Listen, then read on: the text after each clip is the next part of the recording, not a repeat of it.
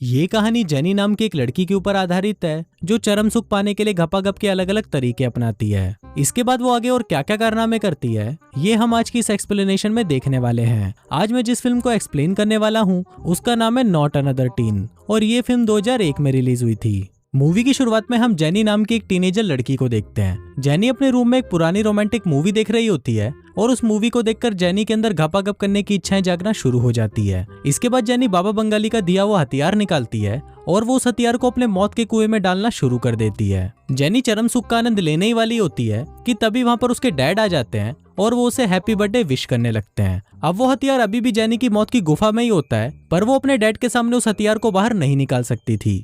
पर तभी वहाँ पर उसके दादा दादी भी केक लेकर आ जाते हैं और उनके साथ ही वहाँ पर चर्च के फादर और गली के कुछ बच्चे भी आ जाते हैं। फिर वहाँ पर जेनी का डॉग आकर जैसे ही उसके ब्लैंकेट को खींचता है तभी जेनी का वो हथियार उसके मौत के कुएं से निकलकर बाहर उछलता है और वो सीधा आकर उसके केक पर गिरता है, जिससे सभी लोगों को पता चल जाता है कि जेनी क्या कर रही थी। इसके बाद जेनी के डैड उसे और उसके भाई को स्कूल छोड़ने जाते हैं। फिर रास्ते में जेनी का भाई उसे बोलता है कि अब तुम्हें बॉयफ्रेंड बना लेना चाहिए क्योंकि डैड के रूल के हिसाब से तुम बड़ी हो और तुम्हें पहले घपाघप करना है और तुम्हारे घपाघप होने के बाद ही मुझे घपाघप करने का मौका मिलेगा। इसके बाद उनके डैड उन दोनों को स्कूल छोड़कर वहाँ से चले जाते हैं। इसके बाद हम स्कूल में जैक नाम के एक लड़के को देखते हैं जो बहुत ही ज्यादा स्मार्ट और पॉपुलर था, जिस वजह से स्कूल की सारी लड़कियां उस पर फिदा थी। फिर कुछ देर बाद जेनी के पास रिकी नाम का एक चोमू लड़का आता है जो उसे बहुत टाइम से पसंद करता था। रिक जेमी को उसका बर्थडे गिफ्ट देता है और फिर उसे प्रपोज करने की कोशिश करता है पर जेमी उसे इग्नोर करके वहां से चली जाती है। दूसरी तरफ हम जेनी के भाई को देखते हैं जो अपने दोस्तों को बता रहा होता है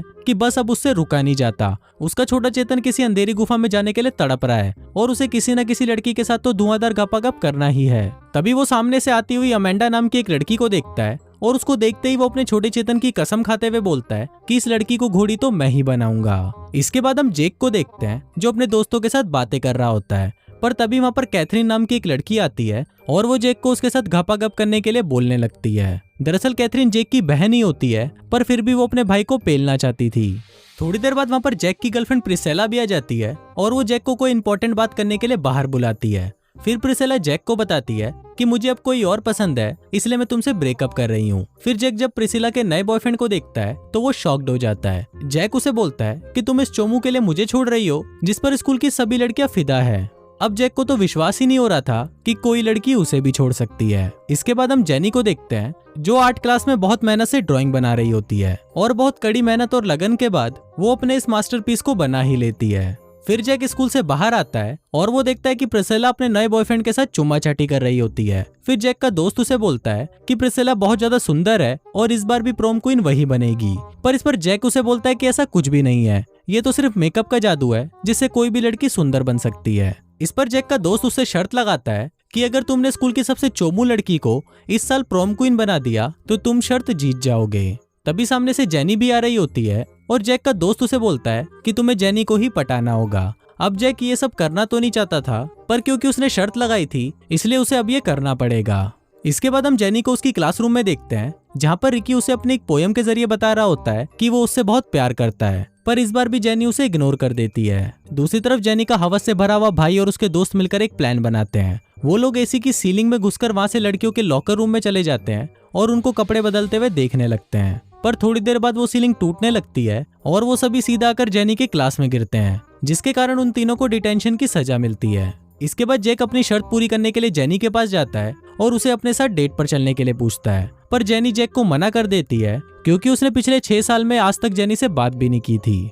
इसके बाद सभी लड़के ग्राउंड में फुटबॉल खेल रहे होते हैं और जैक एक कोने में बैठा होता है। दरअसल इससे पिछले मैच में जैक की वजह से टीम के एक प्लेयर की जान चली गई थी, जिस वजह से जैक को टीम से निकाल दिया गया था। इधर जेनी के मन में भी जैक के बारे में सोचकर ठरक जागने लगती है और वो अपने डैड से इस बारे में बात करती है, जिस पर उसके डैड उसे बोलते हैं कि तुम्हें जैक के साथ डेट पर जरूर जाना चाहिए। फिर दूसरी तरफ जब जैक अपने घर पर जाता है तो उसके डैड उसे बोलते हैं कि मुझे पता है कि तुम्हारा प्रिसिलिया से ब्रेकअप हो गया है और अब तुम्हें एक नई गर्लफ्रेंड चाहिए। इसलिए उसके डैड उसकी मॉम को उसके रूम में भेज देते हैं और उसे ऑल द बेस्ट बोलकर वहां से चले जाते हैं। फिर जैक अपनी बहन कैथरीन के पास लड़की पटाने की एडवाइस लेने के लिए जाता है, पर उसकी बहन तो उसके साथ ही घपाघप करना शुरू कर देती है। फिर जैक उसे रोकते हुए बोलता है कि तुम मेरी बहन हो, तो इस पर कैथरीन उसे बोलती है कि मुझे कोई फर्क नहीं पड़ता।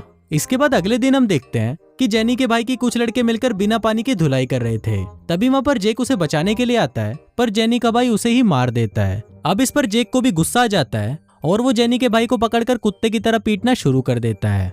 इसके बाद जेक जेनी को गाना गाकर इम्प्रेस करने की कोशिश करता है। जेक भाईजान का गाना गा रहा होता है जिसको सुनकर सभी लोग बोर हो जाते हैं। तभी जेक गाना बदल देता है और गाने में बोलता है कि जेनी के पास एक गन है। अब जेक का ये गाना सुनकर सभी लोगों को लगता है कि जेनी के पास सचमुच में गन है, इसलिए सभी लोग वहाँ से भागने लगते हैं और तभी वहाँ पर पुलिस भी आ जाती है और वो जेनी को पकड़ लेती है। इसके बाद जेक जेनी को छुड़ाकर अपने घर ले आता है। फिर जेनी जेक को बोलती है कि प्लीज तुम मेरा पीछा छोड़ दो, पर इस पर जेक पूरा नंगा होकर जेनी के सामने आकर खड़ा हो जाता है। पर जेनी को जेक का छोटा चेतन पसंद नहीं आता और वो वहाँ से चली जाती है।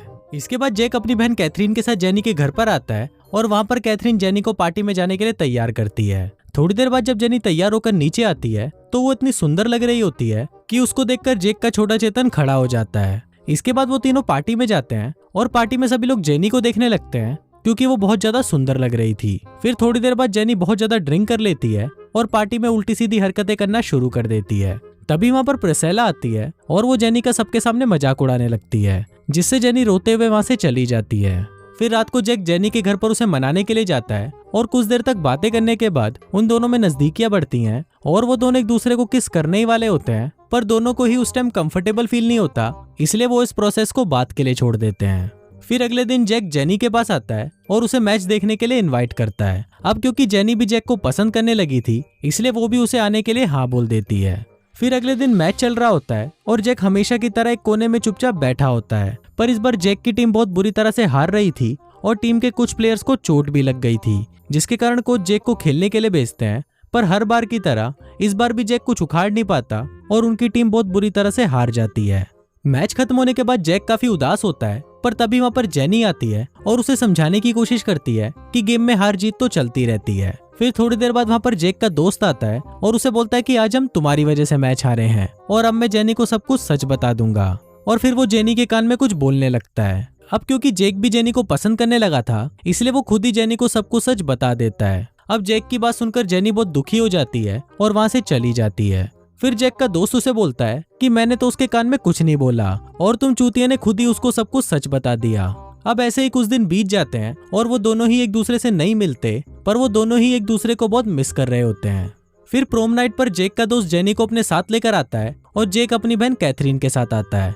वहाँ पर जेनी का भाई भी होता है जो फाइनली अमेंडा को लव लेटर दे देता है। फिर अमेंडा को भी वो लेटर पढ़कर बहुत अच्छा लगता है और वो जेनी के भाई को घपाघप करने के लिए अपने साथ ले जाती है। दूसरी तरफ जेनी जेक के दोस्त के साथ डांस कर रही होती है और जेक अपनी बहन के साथ डांस कर रहा होता है। फिर डांस करते वक्त कैथरीन जेक को अचानक किस करने लगती है और ये देखकर जेनी को बिल्कुल भी अच्छा नहीं लगता और वो दुखी होकर वहाँ से चली जाती है। फिर वहाँ पर कॉलेज के प्रिंसिपल प्रॉम किंग और क्वीन का अनाउंसमेंट करते हैं और प्रॉम किंग जेक को बनाया जाता है। फिर प्रॉम क्वीन की बारी आती है और प्रिंसिपल बोलता है कि इस बार प्रॉम क्वीन दो लड़कियों के बीच में टाई हुआ है।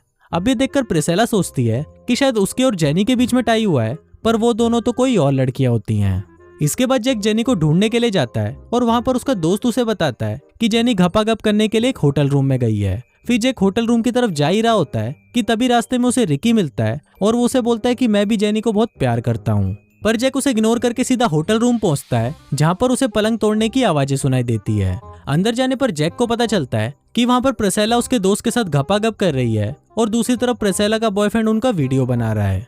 फिर जेक जेनी के घर पर जाता है, जहाँ पर उसके डैड उसे बताते हैं कि जेनी पेरिस जा रही है और वो अभी एयरपोर्ट पर है। फिर जेक भागकर एयरपोर्ट पर जाता है और एक फुटबॉल लेकर जेनी के मुंह पर मारता है, जिससे वो वहीं रुक जाती है। फिर जेक जेनी के पास आकर उसे अपने दिल की बात बताता है, जिसको सुनकर जेनी पेरिस जाना कैंसिल कर देती है। फिर वो दोनों वहाँ पर एक दूसरे को किस करने लगते हैं और इसी के साथ ही ये फिल्म यहीं खत्म हो जाती है।